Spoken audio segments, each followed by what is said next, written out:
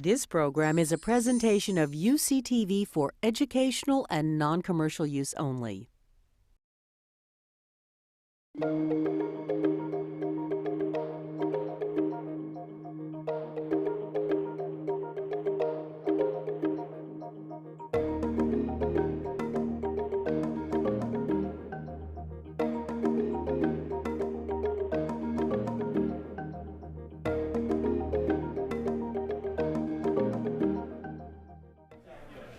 Welcome to the first real session of this semester's A. Richard Newton Distinguished Innovator Lecture Series in Life as an Entrepreneur.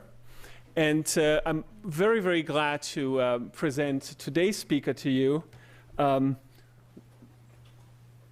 This is it. This is the first commercially available microprocessor that Intel brought to market in the early 70s. And as you all know, this and the many, many generations thereafter have fundamentally shaped and changed our lives, the way we live, the way we learn, everything. I'm very proud to say that we have the co-inventor of the first commercially available microprocessor, Ted Hoff, here with us. Before I turn over to him, a few highlights from his bio. After Intel, he spent a lot of time over at Atari and then later at a consulting firm called Techlicon. And I know he will go into more details on all of this and, more importantly, how he made the decisions that led him to where he went. With that, over to you.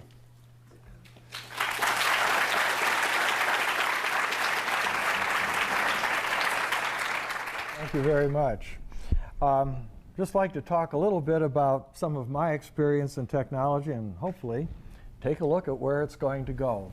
And I hope you're able to get some value from it. I've been pretty lucky in my life and had a chance to do some very interesting work. And in the case of the microprocessor, enjoyed having it recognized a number of places. And so you might say, well, how did I get involved in this? How did I get to do invention and so on? I could say, well, I was just very lucky. Now, that's not very helpful. But actually, how did I get lucky? And that is curiosity. And that's something I think is a lesson that we can learn, and I'd like to tell you a little bit about it. Now, I use the term here, you know, they used to say curiosity killed the cat. Well, it's been beneficial to this cat. Now, that's a term that was used in my generation. Today, it might be equivalent to, let's say, rock star. I don't know how many of you have seen the ad, this is a portion of it, that Intel has put out, but if you look down at the bottom, they've identified me as a rock star, so I use the term that way. But let me give an example of how curiosity has worked to my benefit. And it goes way back. Shortly, right about the end of World War II, I was about 9 years old, and I got interested in chemistry primarily because I had an uncle who was 12 years older than I am. He had just come back from World War II in the Pacific and went to the University of Rochester, and I grew up outside of Rochester, New York, to become a chemical engineer. And he would give me his chemistry textbooks when he was through with them. And I thought, well, chemistry really sounds great. But then he gave me a subscription to Popular Science magazine when I was about 12 years old, and in it I see an ad for a free Allied radio catalog. Well, I knew nothing about radio or electronics, but I thought, gee, it might be fun to learn about it. And a free catalog for the cost of a stamp, I can get started. Well, I sent for the catalog, and then they had very inexpensive books on electronics, so I started ordering those. And before long, while I was in high school, I was doing pretty good with electronics. I'll tell you a little bit more about how it panned out. But I ended up with a career in electronics. And it all goes back to that curiosity about radio way back then. Now, as I said, I did quite a bit of work with electronics while I was in high school. I graduated high school and went to Rensselaer Polytechnic Institute. That first summer between high school and going to college, I was able to get a summer job in an electronics lab. My father worked at a different part of this company. It was General Railway Signal Company in Rochester, New York. But he got me an interview, and the work I'd done in electronics essentially got me a job there. My second year, I was assigned to work with two engineers, and we were working on what was called an audio frequency track circuit. This was for railway signaling. In this particular circuit, I was just assigned to put it together, but I was curious about how it worked and wanted to know more about it. And it had a circuit, an oscillator that generated 10 kilohertz, and it worked on the basis that it would only see a train that was fairly close to a feed point because of the inductance of the rails would make the train invisible if it was farther away. And that was the goal. A safe failure was not to detect the train. Well, anyway, in looking at what they were having me build, I realized it had an amplifier in it, and amplifiers can oscillate, and that could give a false positive, which was an unsafe failure mode. So I suggested, gee, how about if we just use a very sensitive relay, because ultimately that's what we're doing, is picking a relay. If it's so sensitive, we don't need an amplifier, and then we can guarantee it won't oscillate. And I made one other suggestion having to do with a capacitor to do some tuning. At the end of that summer, the engineers tell me that they're going to be filing for a patent on this system. They like the suggestions I made, and they're naming me as a co-inventor. This is actually from the patent. There's a third name there. You look at the date, October 5th, 1955. That was just a few weeks before my 18th birthday. So here I am, not even 18, and I'm an inventor. So that had a big influence. Now, I graduated from RPI. Again, curiosity at work. I've never been west of Niagara Falls. I decided to go to school in California at that other institute of the Bay Area, Stanford University. So I come out here to do graduate work and got my PhD in '62 and stayed on at Stanford working as a researcher on government contracts in what today would be called neural networks. It turned out that periodically a recruiter from Fairchild Semiconductor would come by to talk to us. And he wanted to know about the different students in our group who might be a good candidate for their company. And I was curious about the semiconductor industry, so every time he came around, I would try to pick his brain about what was going on in semiconductors. And I had done some work with core memory, and it seemed to me that maybe it was time to look at semiconductor memory. At least that, in these discussions, that's what happened. Well, in 1968, I get a phone call from someone who introduces themselves. I'd met him once before, so I knew who he was. He announced he was named Bob Noyce. I knew he was the head of Fairchild Semiconductor, but he told me he had just left and he was going to be starting a new company. Didn't tell me much about it, but would I be interested in talking to him about a possible position in the new company? And I was probably ready to leave that academic world and go into the world of business. So I said sure, and actually ended up interviewing at his home. One of the first questions he asked me, what do I think the next big area for semiconductors would be? And based on those conversations I'd had with that recruiter, I answered memory. I didn't know that was what Intel was going to do. This is from an article that appeared in the Palo Alto newspaper in August of '68. Bob Noyce is on the left, Gordon Moore is on the right, and this tells about how they're going to be forming a new company. Now, Intel's goal was semiconductor memory. About a little over a year after the company was founded, the director of marketing and I published an article, and we predicted we would get the cost of semiconductor memory down to a penny a bit by 1972. And we figured by that time we will be able to take over from core memory. People will buy semiconductor memory instead of magnetic cores because they were presumably hard to get down to that price range. We met that goal. I actually have price lists from 1972 showing 1,000-bit memory chips for around $7 in modest quantities. But look at what's happened today. You go out and buy a memory chip for a digital camera or something like that, and you typically get anywhere from 10 to maybe 40 million bits of memory for every penny you spend. Where has there been technology that has made progress like that? Well, one of the situations that happened at Intel, we knew that it was going to take a while before we would be successful in selling semiconductor memory to the big computer houses. And so it might be a while before we would be generating revenue. And Intel was started with only $3 million in financing, which today would seem like a pittance, but it wasn't going to last forever. So one of the ways a semiconductor house deals with that is they do custom work. In other words, you build something to the specifications of a specific customer, and presumably as soon as you can make silicon, he's going to be ready to buy it. So we ended up agreeing to do LSI for a set of calculators to be sold under the name Busicom. And it was April of '69 when we agreed to do that, and about June of that year, 3 engineers come from Japan, and they've got the design about ready to transfer.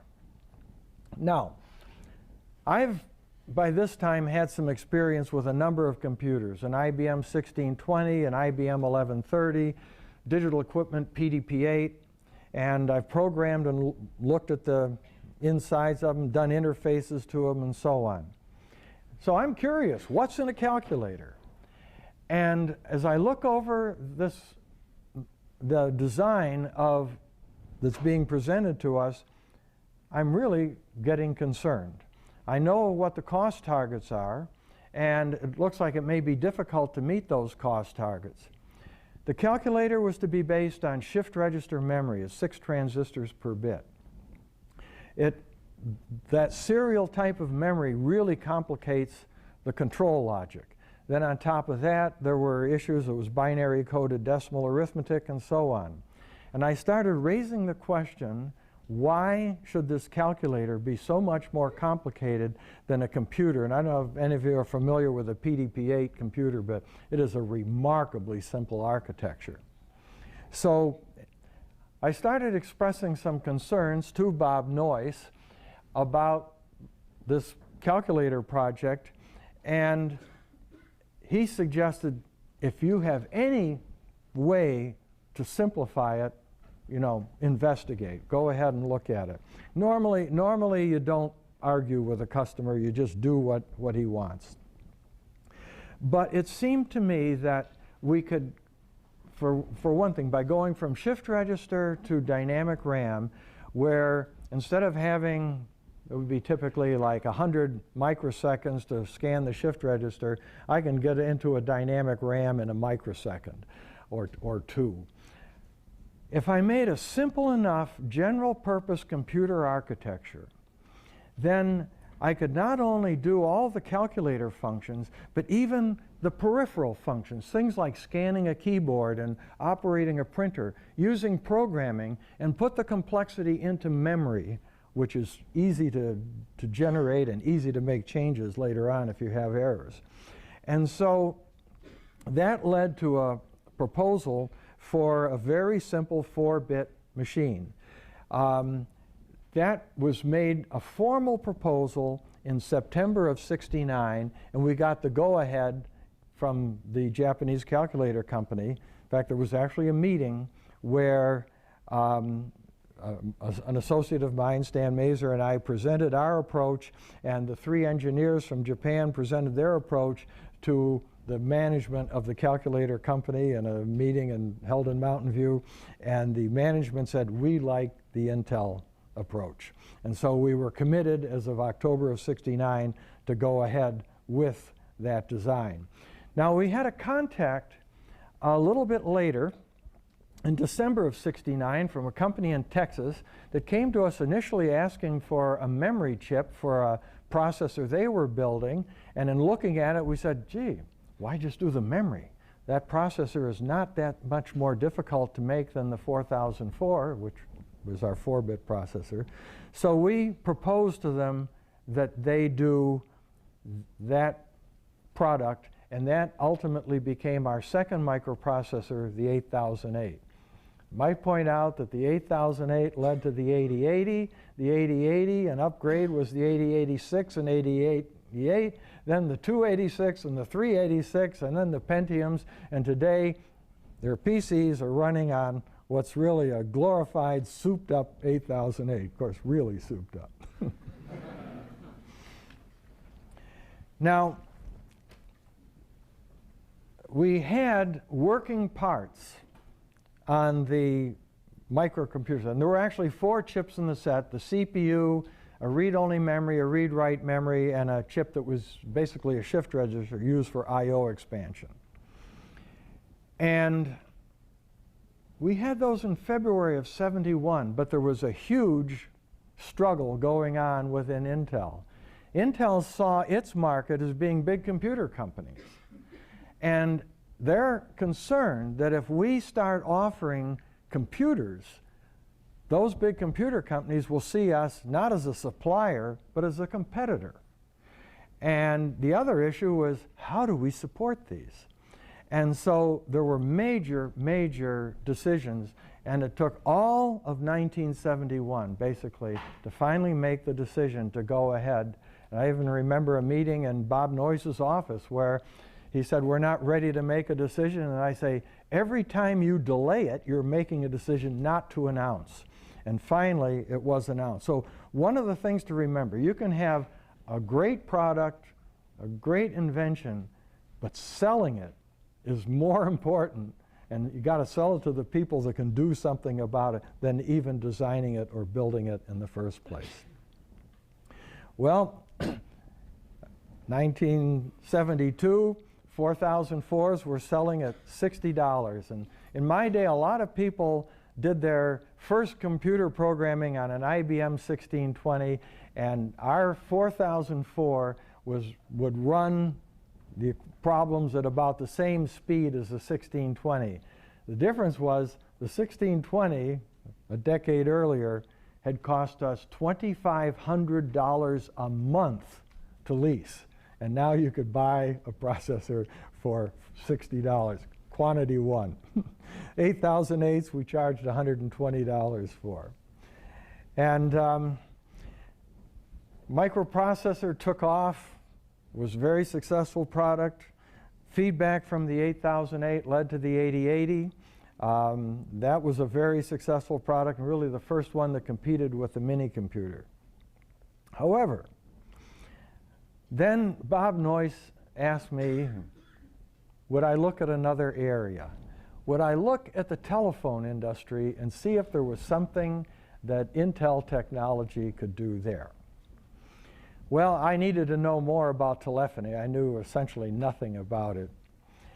And I also needed to know more about what our capabilities were. I had done modeling work and so on to help build simulators for use in the design of MOS products, but I needed to know what our capabilities were, because this looked like we would be pushing the technology into areas that would be quite different. So one of the things I needed to know, or felt I really wanted to know, was if we make resistors, how well do they match? I could use these to advantage in amplifiers and so on. Now, I never considered myself the expert on MOS technology. There were people that had had many more years of experience than I had, so I went to my boss, who was supposedly the expert. And I asked him, if I print 2 resistors on a chip side by side, how well will they match? And his answer was, not very well. I said, I don't want that, qualitative. I want a quantitative number. Tell me, what percentage deviation can I expect? And then he admitted he didn't know. Well, maybe we can find out. Again, curiosity at work. Turns out Intel periodically runs test wafers. And each test wafer has a whole bunch of identical die sites on it. And you get a hold of a wafer before it's been cut up. And each die site has one resistor. So I don't have two resistors side by side. But what I do is I make a measurement of all the resistors on the wafer and look at it as a plot. And the first thing I notice, it's a very smooth gradient across the wafer.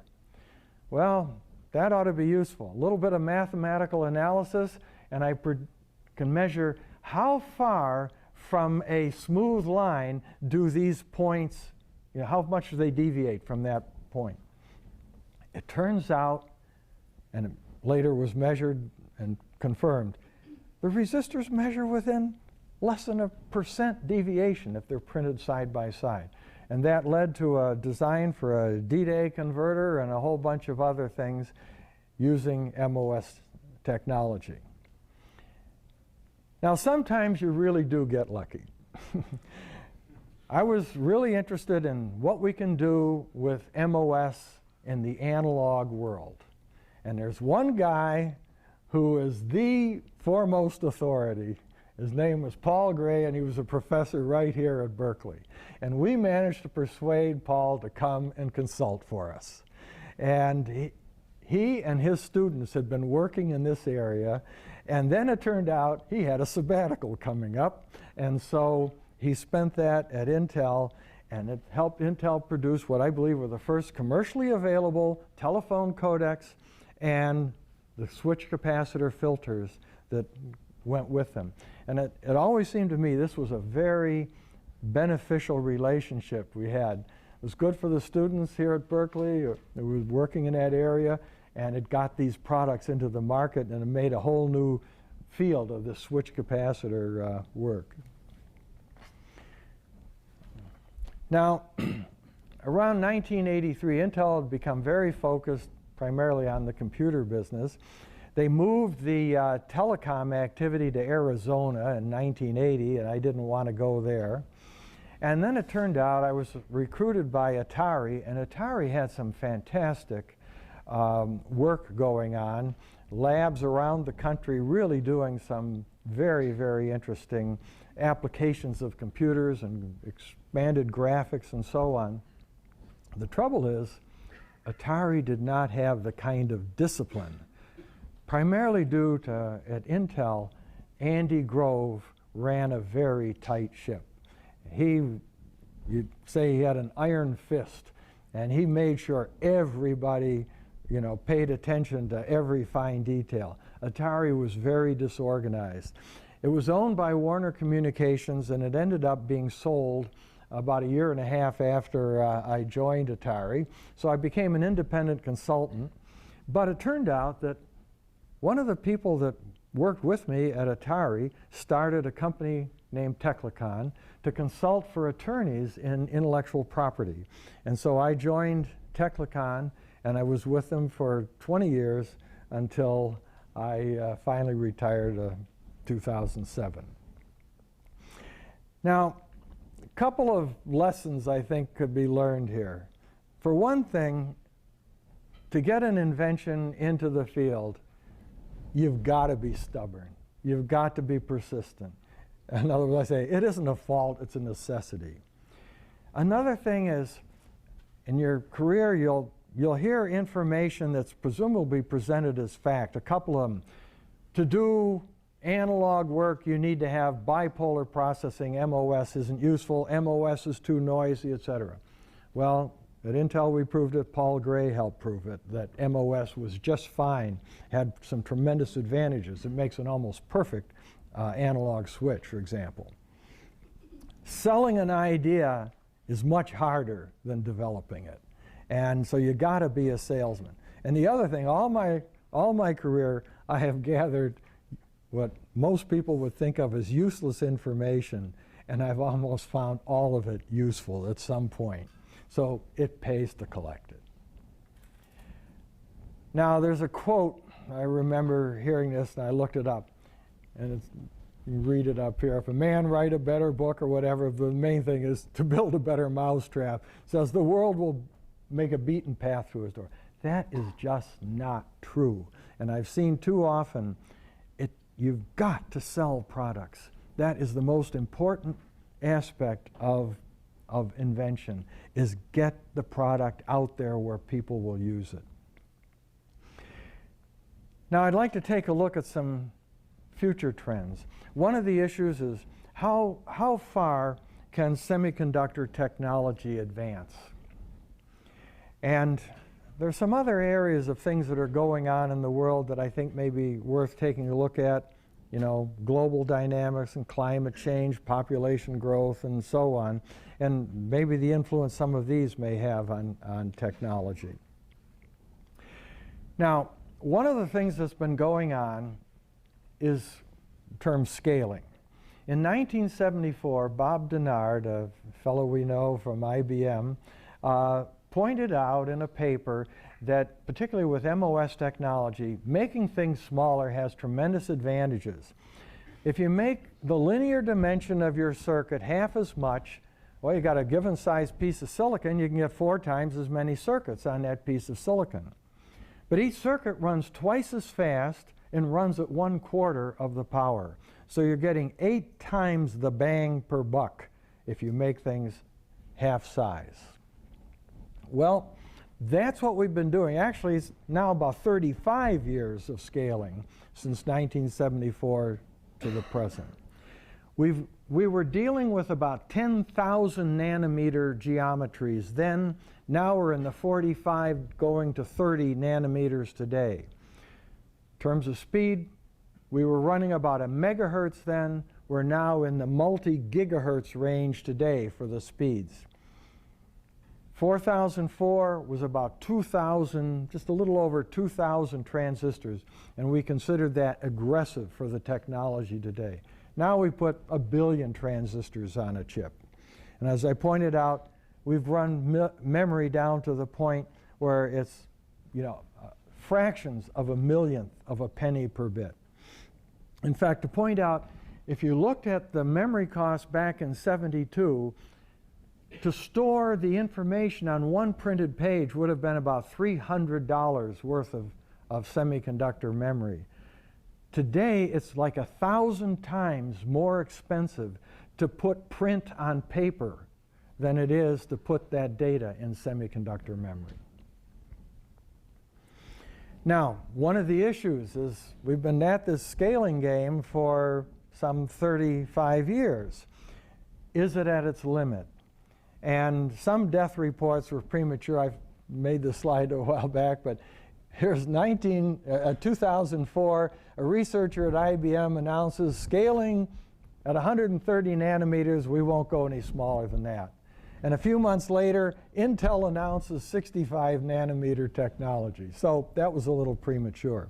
But we know it has to end someday. We just cannot continue to make things much smaller. Now, I did a calculation back around 1982 or so when I was still at Intel, and based on signal-to-noise considerations, I figured the smallest that you can go is in the 5 to 10 nanometer range. So we are getting very close to that limit. And what happens at that point, you make your circuit so small you have to run at about 1/4 volt. You have about 25 millivolts of noise due to thermal effects and the effect of a single electron on that small geometry. And at that point, you're running about a 20 dB signal-to-noise ratio. And if you try to make things smaller, your signal-to-noise gets so bad you can't even make a reliable logic circuit. And redundancy doesn't help because now you've increased the area to make redundant circuits. You do better to make a bigger circuit than to try to have circuits redundant in voting. So I think one of the things we're going to see is there will be some change in the semiconductor industry because we're coming to the end of scaling. On the other hand, look at the computing power we have today, and I question whether we're really using it all that effectively. There's so many problems that I would think that I would have thought we'd have solutions by now. You know, like computers will understand natural language or do translation instantly. And we've got the speed to do it. I just don't think we have the knowledge. Now, one of the things that's in the press a lot these days is global climate change. And we're getting away from maybe semiconductors and integrated circuits. But you look at, since the industrial age, we've been pulling carbon, either in the form of coal or oil, out of the ground and dumping it in the atmosphere. And that's increasing the mostly carbon dioxide in the atmosphere. If you look at the rate at which we've been burning oil and coal, it takes about something like 200 years to double the carbon dioxide content of the atmosphere, assuming that nothing removes it. And maybe a bigger impact is the fact that we have been cutting down rainforests, and that helps us. Those rainforests are one of the things that help to cleanse the atmosphere. And I question how much we really know about atmospheric behavior. I grew up, as I mentioned, outside of Rochester, New York, upstate New York. And we learned that 10,000 years ago, our area was under a sheet of ice. I don't think we can blame human activity for the warming of the Earth that took place over those few thousand years where we went from an ice age to basically the kind of climate we have today. But one area I think there's really a lot of need for is better modeling of the atmosphere, so we know what the impact of all of this activity, particularly burning fossil fuels, is going to be. It's getting kind of scary. An even bigger issue may be population growth. And in the last century, the world population grew by roughly a factor of 4, from about 1.5 billion people to 6 billion people.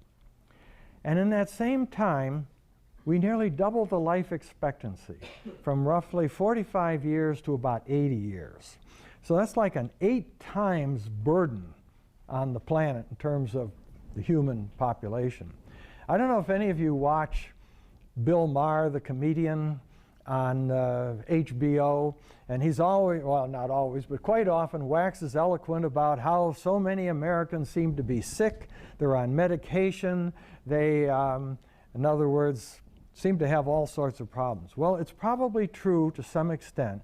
If you went back a century and you took someone, let's say, 71 years after their birth date, they wouldn't be on medicine. They wouldn't have any medical apparatus to deal with. They'd be in their graves. They would be dead. And that's one of the things that medical technology has done for us, and I'm a testament to that. I point out, I've had my 3rd pacemaker put in. Each one lasts about 9 years. So lucky to have a doctor find a cardiac problem, occasional minor difficulty of cardiac arrest that is now taken care of by a pacemaker. 8 years ago, I was diagnosed with 2 different kinds of cancer, prostate cancer and renal cell carcinoma. The renal cell carcinoma was found only because after the prostate cancer, my doctor said, let's do a CT scan. Now, there's a piece of technology that didn't exist a century ago. And in that CT scan, they found this tumor. In most cases, those tumors are never found until it's too late to do anything about it. They have essentially no symptoms. In my case, some very advanced surgery took care of that. So this is a case where technology has really increased life expectancy, and some of those medications that Bill Maher complains about also help to improve the quality of life and extend it. But if you look back and consider that the last century was also the end of a millennium, what would happen if that population growth were to continue for the next millennium? Now, various historians say we've had about 60,000 years of, Homo sapiens on the planet, 15,000 years of that in the New World in the Western Hemisphere, maybe 5,000 years of recorded history. Let's look at the next 1,000 years and continue the population growth. How much area will there be for each human being on the planet? How much land area? And it turns out no more than the area of the soles of your feet. We cannot continue the way we have, certainly not for another 1,000 years. But an area where I think there's some real room for innovation and technology and some new businesses is in carbon control. It really seems questionable to continue dumping carbon into the atmosphere. But hydrocarbon fuels have a real advantage in terms of portability, of carrying energy around. If we could reprocess the CO2 we generate and make more fuels that way, we could end up presumably doing a closed cycle. The other thing is people have been talking about, getting the hydrogen by reacting carbon. It got the same problem. It should probably be done with electrolysis of water, so you get hydrogen and oxygen, and you can put the oxygen back in the atmosphere, and you've got a pretty much closed cycle. And the other thing is a lot of work on biofuels that could be done. And when I was a kid, we had a cow, and we grew corn. We ate the edible part of the corn, and when you husk it, the cow got the husks off the corn. I learned much later that a cow cannot digest cellulose, but it has a bacteria that lives in its stomach. That does the job. Presumably the same is true of termites. Termites eat wood, but they can't digest it. It's a bacteria that does the digestion. Why can't we come up with a system that duplicates that and essentially convert that cellulose, which is polymerized glucose, into sugar and make ethanol out of it and do like they do down in Brazil and run all their cars on ethanol instead of on oil that we have to import from the Middle East? Well, I think my time is coming to an end.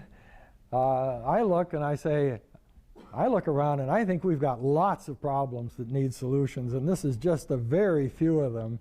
And these problems are the seeds that make entrepreneurs successful and give them ideas. And so one of the questions, who's going to help do this? And hopefully you will be some of it. And before I leave, I would just like to also say one other way I was very lucky. 34 years ago, I met my wife, and we just celebrated our 32nd anniversary, so I'd like to introduce my wife, Judy.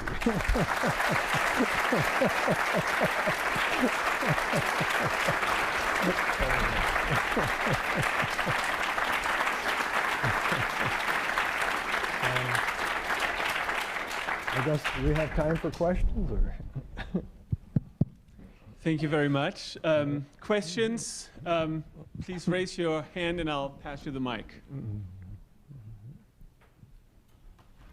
I have one question. You've obviously seen Silicon Valley develop and change and invent itself and reinvent itself. What do you think is going to be the future? What's going to be next for this Bay Area economy? Well, as I've said, this is one area I really don't know what's going to happen. I am concerned that we have a tendency in business to just continue along a given path. And hopefully there will be people looking at this more seriously and figuring out how to adapt the business to take into account when we no longer can have this, 30% improvement in performance every year that we've been used to. We are likely to come to an end of that probably in a decade or so. It's going to become more difficult and more expensive to push into these other areas. That may be another factor that will slow the progress. Generally, as you approach a limit, you approach it asymptotically. So it takes you a lot longer to get those last few nanometers. But this is something I really don't have a good feeling for, and I would think this is an area where there's going to be a need for some really new ideas as to how that business will survive. And I don't really see that much that's going to replace it, though. I mean, people talk about learning from biological systems, making fuzzier logic and so on. But we've been working in that area for quite some time, and so far I don't see the products on the market. And one of the things, Bob Noyce used to make a certain point, and I think it's one to think about. He said, you have a successful business, and it's making a profit. And from that profit, you are able to invest in R&D. If you don't have the business developed, and you don't have that profit stream, where is the money going to come from to pay for that R&D? In other words, that is a significant factor. And the idea of even, in his case, he was talking about silicon processing, with all these companies making silicon and investing billions of dollars in improving silicon processing. And then along comes gallium arsenide or something, and these are little companies that only have a few $1 million. They don't have the kind of money to continue developing that, and unless they get a huge chunk of market, they may end up drying up before they're able to spend on R&D. So it's a real factor to think of in looking at a business. Thank you. Questions?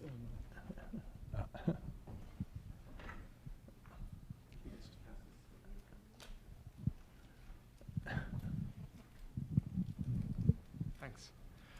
Mr. Hoff, when you come up with this disruptive innovation, at that time, what was your forecast on the impact it would have been?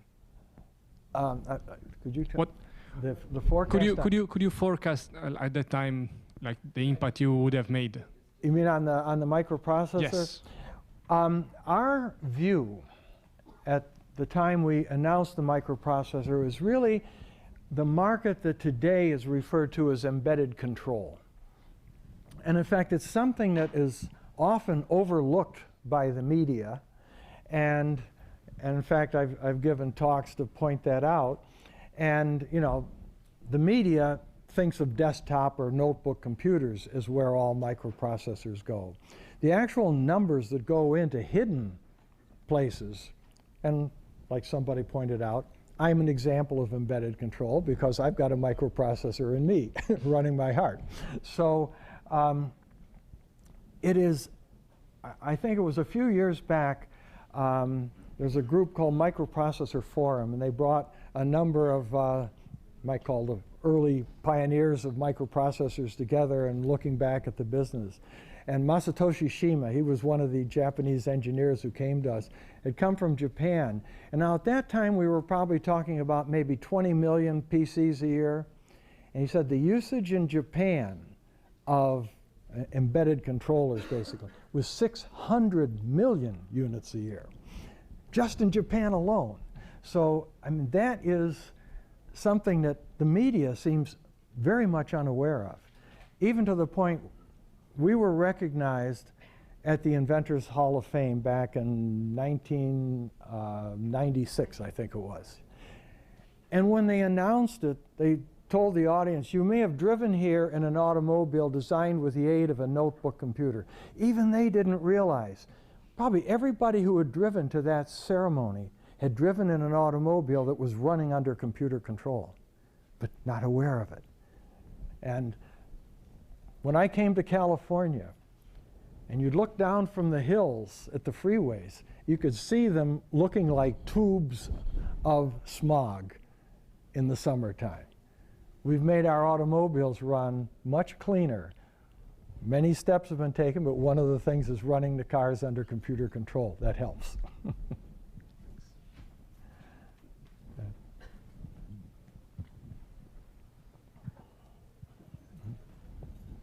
Mr. Hoff, you mentioned several times in your lecture that you were very lucky, but I'm curious as to what kind of steps that you could maybe expand on how you can position yourself for success that made these opportunities happen, either in terms of acquiring like a mentor or doing research or, like you said, a magazine.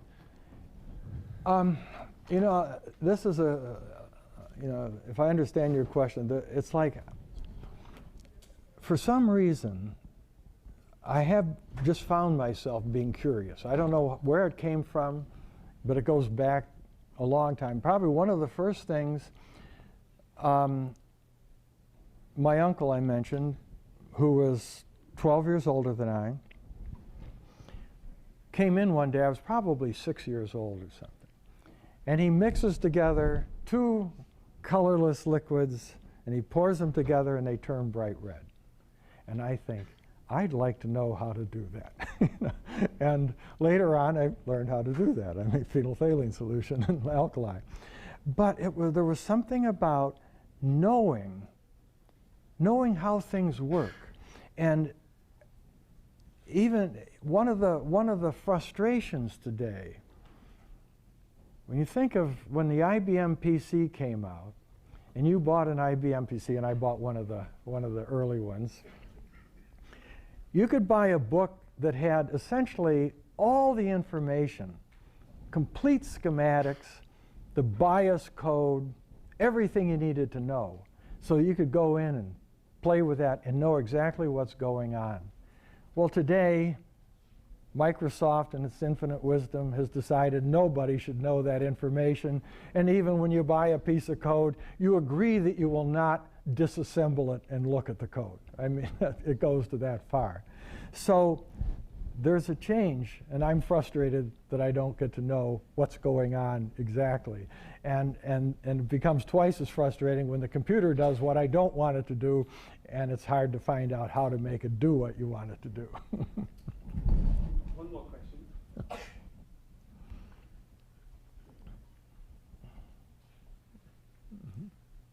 What's the biggest mistake that you see young entrepreneurs make?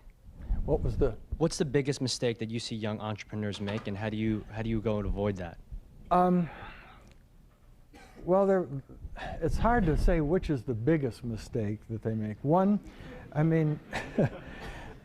the things is falling in love with the technology and not really listening to the customer.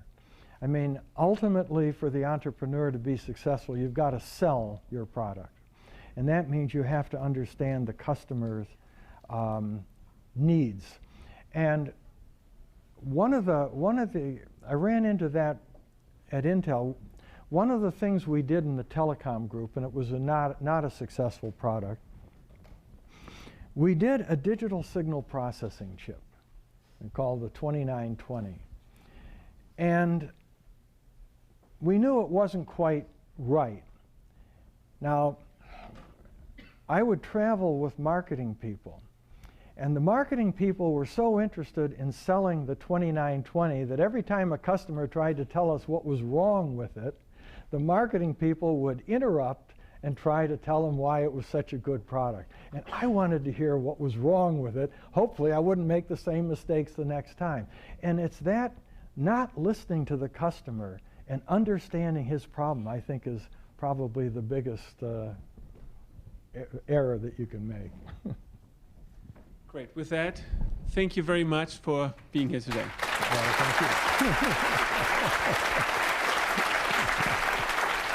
thank you.